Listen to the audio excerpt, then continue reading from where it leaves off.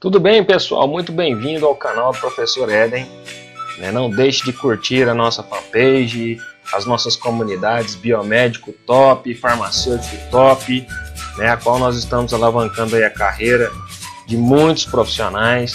E aqui abrindo para você a caixa preta da Clínica Biomédica, agora sobre um assunto muito pertinente, corriqueiro, análises clínicas laboratoriais, a bioquímica clínica.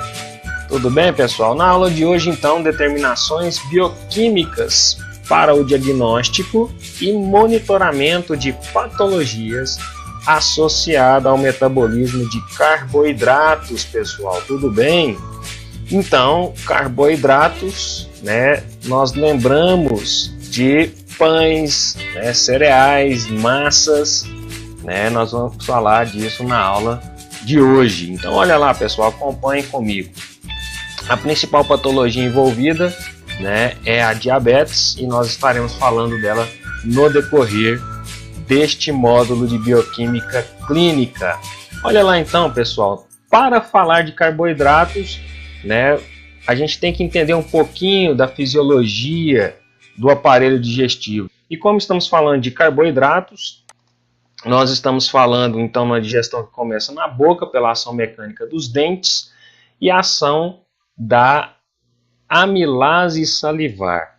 Então, pessoal, após a mastigação, ocorre a deglutição, este alimento vai parar no estômago, aonde vai sofrer a ação química do ácido clorídrico, a ação mecânica do músculo do estômago. Depois, vai a primeira porção do intestino que nós chamamos de duodeno, onde esse alimento vai estar recebendo a amilase pancreática, tudo bem, pessoal? Que vai finalizar essa digestão de carboidratos.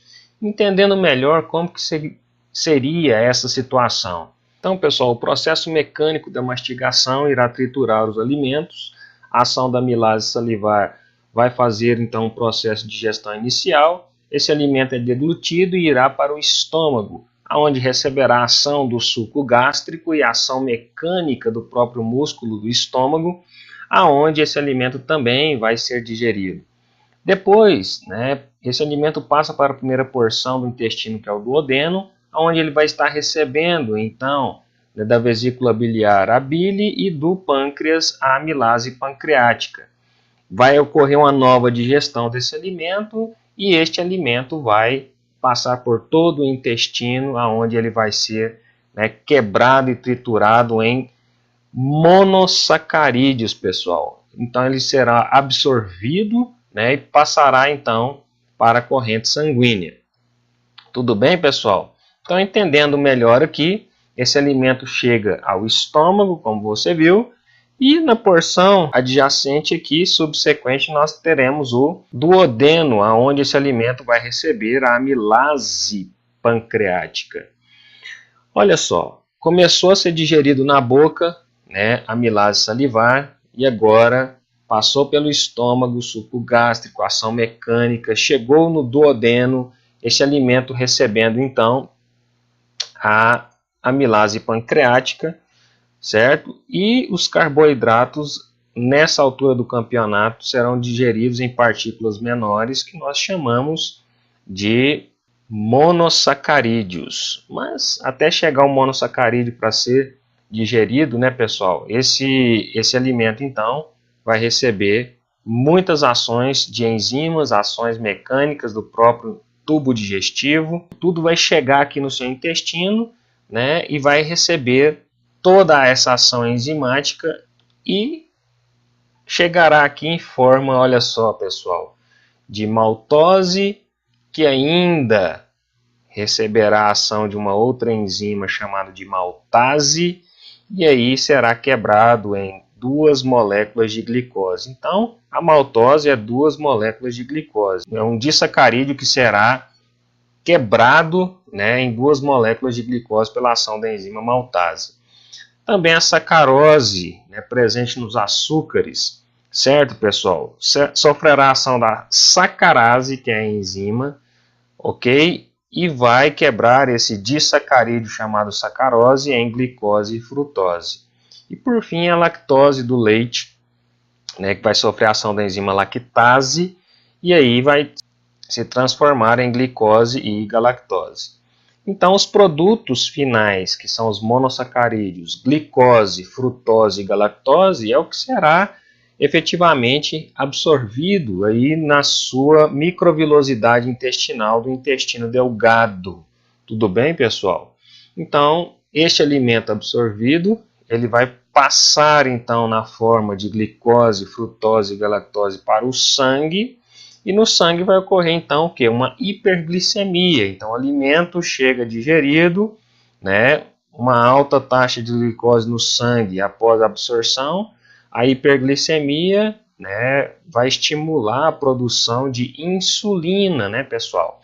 Então veja bem, quando os níveis de glicose começam a subir no sangue, o que nós chamamos de hiperglicemia, isto provoca um feedback no pâncreas, para que o pâncreas produza na célula beta pancreática, não esquece disso não, o hormônio chamado insulina, que é o hormônio hipoglicemiante. O que a insulina faz, pessoal? A insulina, olha lá, ela chega, então aqui nós temos uma membrana celular, nessa membrana nós temos um receptor de insulina, a insulina chega, encosta no seu receptor específico da membrana citoplasmática celular, ativa esse receptor de insulina, gerando uma ativação de um canal transportador de glicose. Ou seja, a glicose só consegue sair do sangue e passar para o meio intracelular mediante a ativação desse canal transportador de glicose. Como que esse canal é ativado? Pelo receptor de insulina, que é ativado pela insulina. Então veja bem, você alimenta, a glicose, né, vai chegar na absorção intestinal causando hiperglicemia.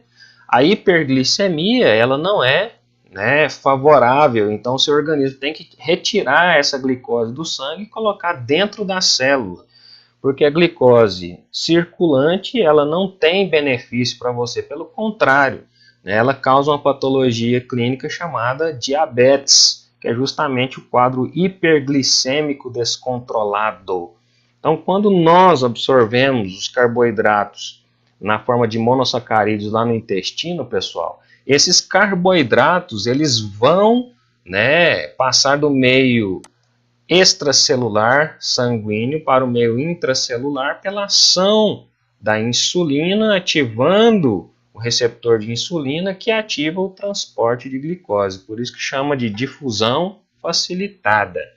A glicose dentro da célula, aí sim, ela vai ser quebrada e, né, essa quebra da molécula de glicose ocorre a produção de energia que é armazenada na forma de adenosina trifosfato, o conhecido ATP, pessoal. Quem se lembra do ATP?